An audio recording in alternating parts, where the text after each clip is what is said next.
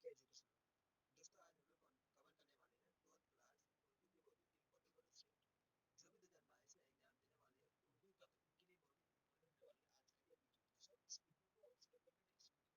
आपके लिए बहुत ही खास है आज का ये मॉडल सेट। ओके, तो चलिए पहला क्वेश्चन आपकी स्क्रीन में क्या कर रहा है कि नजीर अहमद किस मशहूर शख्सियत के उस्ताद थे। तो किस मशहूर तो कौन से मशहूर शख्सियत के उस्ताद थे। देखिए चार ऑप्शन दिया गया है, इनमें से सिर्फ आपको राइट आंसर ही चुनना है जो राइट आंसर है। ओके, तो चलिए एक का राइट आंसर हो जाएगा आपका सी नंबर आंसर, यानी कि आपका मिर्जा फखरुद्दीन बेग के साथ ही आपका बिल्कुल सही जवाब है सी नंबर आंसर। ओके, अगला सवाल है सवाल नंबर 2, करके फखरुद्दीन बेग नजीर अहमद के घर क्यों आते थे। तो फखरुद्दीन बेग नजीर अहमद के घर क्यों आते थे, तो इसका सही जवाब आपका 2 का ए नंबर आंसर पढ़ने के लिए आते थे, आपका बिल्कुल सही जवाब है। ओके, किसके लिए, पढ़ने के लिए आते थे, ए नंबर आंसर आपका राइट हो जाएगा। अगला सवाल है सवाल नंबर 3, कि नजीर अहमद की कहानी के मुसन्निफ का नाम बताएं। तो नजीर अहमद की कहानी के मुसन्निफ का नाम क्या है, तो इसका सही जवाब है आपका 3 का B number answer Farhatullah bag, ये आपका बिल्कुल सही जवाब है। अगला सवाल है सवाल नंबर 4 में कर रहा है कि नजीर अहमद की कहानी का ताल्लुक किस सनफ अदब से है। तो नजीर अहमद की कहानी का ताल्लुक कौन से सनफ अदब से है, तो 4 का सही जवाब है आपका सी नंबर आंसर खाका से, आपका बिल्कुल सही जवाब है सी। अगला सवाल है सवाल नंबर 5, करे फरहतुल्लाह बेग की कौन सी तसनीफ शामिल नसाब है। तो कौन सी तसनीफ शामिल नसाब है हमारी किताब में शामिल है, तो इसका सही जवाब है आपका 5 का B number answer Nazir Ahmad की कहानी, है आपका बिल्कुल सही जवाब, नजीर अहमद की कहानी हमारे निसाब में शामिल है। अगला सवाल है सवाल नंबर 6 में करा आपका कि सैयद बदरुद्दीन इसहाक किस मशहूर बुजुर्ग के खलीफा थे। तो कौन से मशहूर बुजुर्ग के खलीफा थे, तो इसका सही जवाब आपका 6 का ए नंबर आंसर बाबा फरीउद्दीन गंज शकर, ये आपका बिल्कुल सही जवाब है बाबा फरीउद्दीन गंज शकर। ओके, अगला सवाल है सवाल नंबर 7, कह रहे कि ख्वाजा हसन नजामी की पैदाइश कहाँ हुई। बहुत ही मोस्ट इंपोर्टेंट क्वेश्चन है। तो ख्वाजा हसन नजामी की पैदाइश कहाँ हुई, तो इसका सही जवाब है आपका 7 का सी नंबर आंसर बस्ती हजरत निजामुद्दीन में, ये आपका बिल्कुल सही जवाब है सी नंबर आंसर। ओके, अगला सवाल है सवाल नंबर 9, सॉरी क्वेश्चन नंबर 8 है, क्या कह रहा है कि ख्वाजा हसन नजामी की पैदाइश कब हुई। तो ख्वाजा हसन नजामी की पैदाइश कब हुई, तो इसका सही जवाब है 8 का ए नंबर आंसर 1878 ईस्वी में ख्वाजा हसन नजामी की पैदाइश हुई। अगला सवाल है सवाल नंबर 9 में कह रहा है कि ख्वाजा हसन नजामी का यह नाम किस बड़े शायर ने लिखना शुरू किया। तो ख्वाजा हसन नजामी का यह नाम कौन से बड़े शायर ने लिखना शुरू किया, तो इसका सही जवाब है आपका 9 का बी नंबर आंसर इकबाल ने, आपका बिल्कुल सही जवाब है बी। अगला सवाल है सवाल नंबर 10, कह रहा है कि नाश्ता किसकी इश्तला है। तो नाश्ता किसकी इश्तला है, तो इसका सही जवाब है आपका 10 का सी नंबर आंसर भूख तोड़ने की, आपका बिल्कुल सही जवाब है भूख तोड़ने की। ओके, अगला सवाल है, कह रहा है सैयद सुलेमान नदवी का पहला मजमून किस अखबार में शाये हुआ था। तो किस अखबार में शाये हुआ था, तो इसका सही जवाब आपका 11 का सी नंबर आंसर यानी कि अलपंज, ये आपका बिल्कुल सही जवाब है 11 का सी। ओके, अगला सवाल है सवाल नंबर 12, करके सैयद सुलेमान नदवी किसके शागिर्द थे।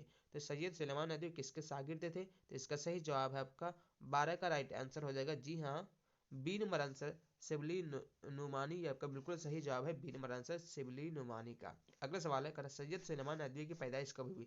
बहुत ही मोस्ट इंपोर्टेंट क्वेश्चन है क्वेश्चन नंबर 13, तो सैयद सुलेमान नदवी की पैदाइश कब हुई, तो इसका सही जवाब है आपका 13 का सी नंबर आंसर 1884 ईस्वी में सैयद सुलेमान नदवी की पैदाइश हुई थी। अगला सवाल है सवाल नंबर 14, कह रहे कि इंसाइया क्या है, इसके मुसन्निफ कौन है। तो इंसाइया क्या है, इसके मुसन्निफ कौन है, तो इसका सही जवाब है आपका 14 का सी नंबर आंसर यानी कि वजीर आगा, ये आपका बिल्कुल सही जवाब है। अगला सवाल है कर ईवान गजल का ताल्लुक किस सनफ से है। तो कौन से सनफ से है, तो इसका सही जवाब है आपका 32 का राइट आंसर हो जाएगा जी हाँ, सॉरी मैं थोड़ा कुछ और 40 के बाद हो जाएगा आपका 15। ओके, तो क्वेश्चन नंबर 15 को मूव करते हैं। चलिए अब हम लोग क्वेश्चन नंबर 15 की ओर है। क्या कर रहा है कि 15 में इंसाइया क्या है। तो इंसाइया क्या है, तो इसका सही जवाब है आपका 15 का बी नंबर आंसर मजमून की एक किस्म है। क्या है, मजमून की एक किस्म है। अगला सवाल है इंसाइया कैसी सनफ है। तो इंसाइया कैसी सनफ है, तो इसका सही जवाब है आपका 16 का बी नंबर आंसर नसरी सनफ है, ये आपका बिल्कुल सही जवाब है। अगला सवाल है सवाल नंबर 17, कह रहा है कि 17 में अहमद जमाल पाशा का कौन सा इंसाइया आपके निसाबी किताब में शामिल है। तो कौन सा मतलब निसाब है, तो इसका सही जवाब आपका 17 का सी नंबर आंसर यानी हिजरत, ये आपका बिल्कुल सही जवाब है। अगला सवाल है नसाब में शामिल हिजरत का ताल्लुक किस सनफ अदब से है। तो किस सनफ अदब से है, तो इसका सही जवाब है आपका 18 का सी नंबर आंसर इंसाइया से है, ये आपका बिल्कुल सही जवाब है। अगला सवाल है सवाल नंबर 19, कह रहा है कि याकूब और यूसुफ में क्या निस्बत है। तो याकूब और यूसुफ में क्या निस्बत है, तो इसका सही जवाब है आपका 19 का डी नंबर आंसर। ये आपका बाप बेटे का, ये आपका बिल्कुल सही जवाब है बाप बेटे की। ओके, किसकी निस्बत है, तो बाप बेटे की। आपका डी नंबर आंसर राइट हो जाएगा। अगला सवाल है सवाल नंबर 20।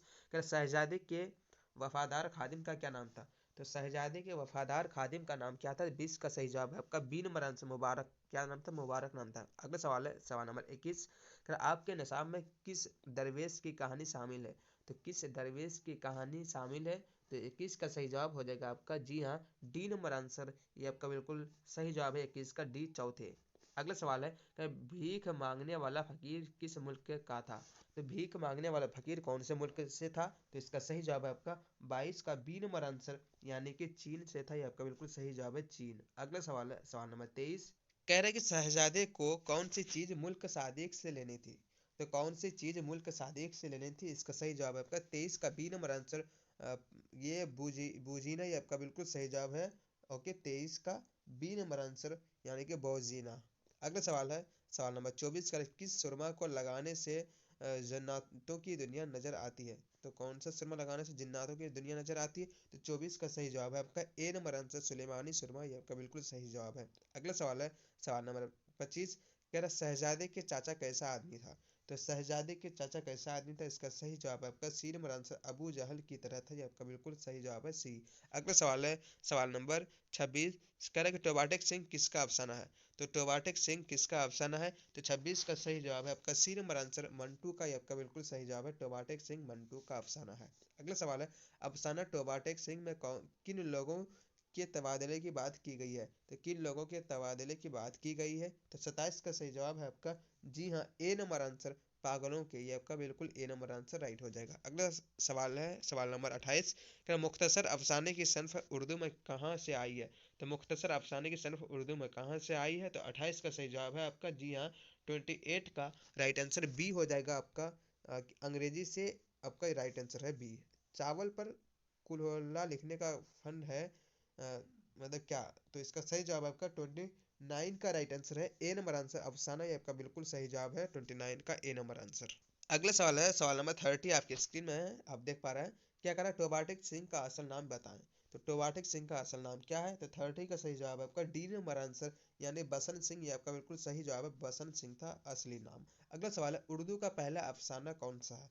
तो उर्दू का पहला अफसाना कौन सा, तो 31 का सही जवाब है आपका ए नंबर आंसर दुनिया का सबसे अनमोल रत्न। ये आपका बिल्कुल सही जवाब है 31